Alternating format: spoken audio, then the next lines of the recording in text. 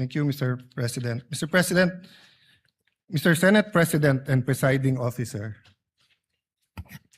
as the preamble of the Constitution said, imploring the aid of the Almighty God, and as you said yourself, that every stage of this impeachment, we have to make sure na patas, we have to make sure na may due process, we have to make sure that it is fair. It is very clear in the Constitution of the Philippines that the presiding officer is the Senate President. Section 3, paragraph 6 of Article 11 of the 1987 Constitution, the Senate shall have the sole power to try and decide all cases of impeachment. When sitting for that purpose, the senator shall be on oath or affirmation. When the President of the Philippines is on trial, the Chief Justice of the Supreme Court shall preside, but shall not vote. No person shall be convicted without the concurrence of 2/3 of all the members of the Senate. I will go to that other 2/3 inquiry later on because this is another threshold issue, Mr. President. But to further the point of order with the indulgence of Senator Lacson so that we can discuss this intelligently. On the final question of whether impeachment, on the issue of who shall preside, under the Constitution, it may seem that it does not say who should preside. But if you look at the records of the Constitutional Commission, number 40, 26 July 1986, the framers deliberately chose the phrase, sorry, Mr. President.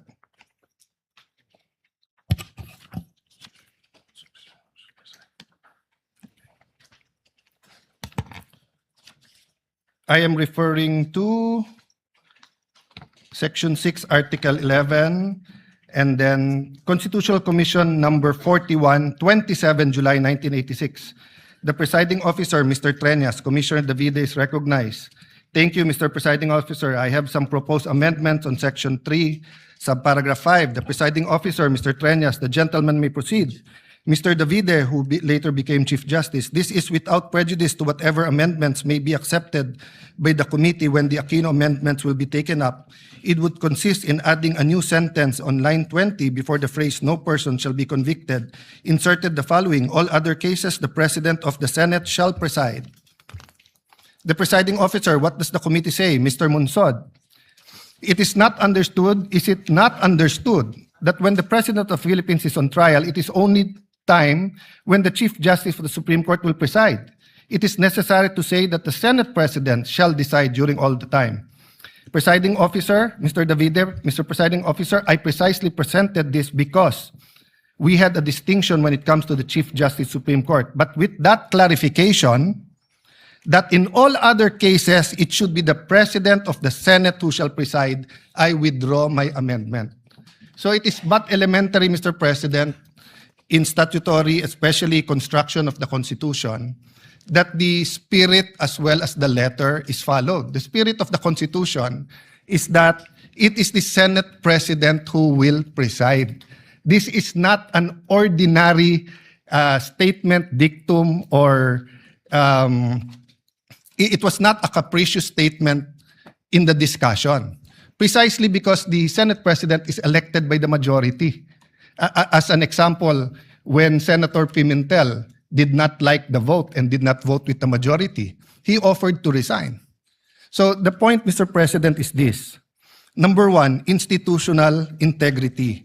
We need to protect the legitimacy of these proceedings. Even with the substitute presiding officer acts fairly, a conviction or acquittal reached under constitutionally defective process would invite judicial challenge and cast doubt on the validity of the entire trial.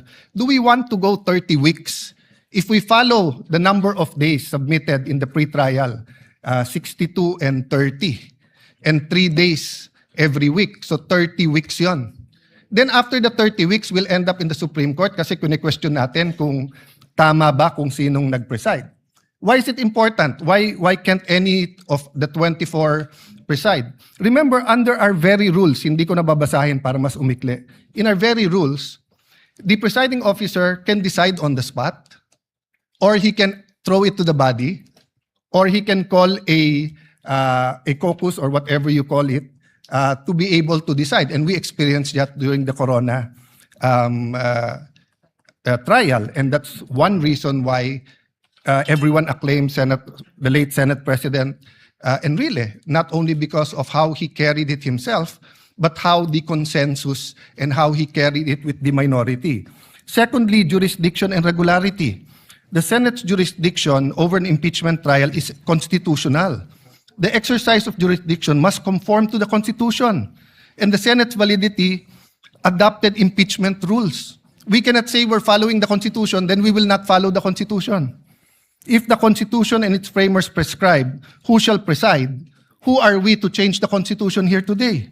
We cannot enlarge or diminish the Constitution arrangement through internal rules or through ad hoc resolution. Lastly, due process. Kailangan malinaw po sa lahat ng partido, both to the prosecution and the defense, kung ano yung korte, kung ano ang two-thirds, kung ano ang charges, kung sino magpre-preside. So kung now during the first day we're going to change who's going to preside and it's against the Constitution, what more changes are we going to do in the next few days? Ano ang limit ng pwede natin palitan sa Constitution at hindi? The authority must come from the Constitution or the governing law, not from the vote of a tribunal. A litigant is entitled to have the case heard by the decision maker, designation by law. The law cannot say that ang mag-hear kay Senator Marcoleta ay Sandigan Bayan, tapos sa Court of Appeals natin siya dadalhin. Hindi pwedeng sabihin sa RTC dapat i-hearing si Juan de la Cruz, tapos sa Sandigan Bayan natin dadalhin. Hindi pwedeng sabihin tatlo sila sa CA, pero in this case, nagbotohan kami, isa lang kaming mag-hearing. Proceedings before a judge or hearing officer who lacks the legal authority are invalid regardless of fairness of the proceedings. A judgment rendered by court without jurisdiction is null and void and may be attacked anytime. It creates no right and produces no effect. It remains basic fact that in law, the choice of the proper forum is crucial, as the decision of a court or tribunal without jurisdiction is a total nullity. A void judgment for want of jurisdiction is no judgment at all. All performed pursuant to it and claims emanating from it have no legal effect. Tan versus Cinco, GR number 213054, June 15, 2016. Penned by Justice Perlas Benabe, First Division. The constitutional authority, Mr. President, is very clear. Now, let's put that aside for a moment. But we're not allowed to do that. But for a moment, let's put that aside. That the Constitution is not clear and does not tell us what to do. The rules of the Senate says that any amendment should be presented a day before. And that's why the then minority, when I was Senate President, walked out, because your contention was, when we gave it to the Committee on Rules, kahit mahigit isang araw na at binabalik ng rules, we did not follow the rules. So on the rump session or alleged rump session on June 3, first of all, you did not have a quorum of 13. But let's assume for the sake of argument, I'm not giving you that point. As far as I'm concerned, it's in the Supreme Court, walang quorum on 12. Assuming may quorum on 12, you did not follow the rules. There was not a one-day notice for the rules. And then if you look at the records, this impeachment court adopted the rules on May 18. So that means that it is this impeachment court that now has to adopt any amendment to the rules. We did not debate that amendment to the rule. We cannot now just change the rules. We're here for the opening statements. We're here for the trial. Are we here to change the rules? We're changing the rules here today, Mr. President. So, Mr. President, later on, I'll ask permission to talk about yung two-thirds, because both the issue of the presiding officer and the issue of what constitute two-thirds of all members is a threshold issue. Para maintindihan lang po ng lahat, lalo po sa mga kababayan natin na nanonood, Merriam-Webster, simple definition, a threshold issue is a preliminary question, minimum requirement, or foundation condition that must be met or resolved before proceeding to the substantive merits of a case, project, or process. In this initial criteria, if this initial criteria is not satisfied, further action is typically dismissed or halted. I want to avoid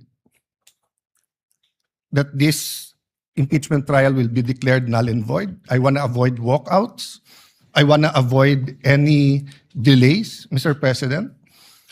The Senate President is more than capable. He said he is willing. He said he is ready. He has been in many situations in his life that people say you cannot do it, but he is done well. He has studied. So what is the issue? Why do we have to vote for a presiding officer, Mr. President? Why can't we follow the Constitution? So the point of order, Mr. President, is that amending the rules, implementing a null and void rule, and violating the Constitution will endanger this whole hearing, Mr. President. So please rule on the point of order, and I hope that the Senate President, who is more than able, will preside. Thank you to the gentleman.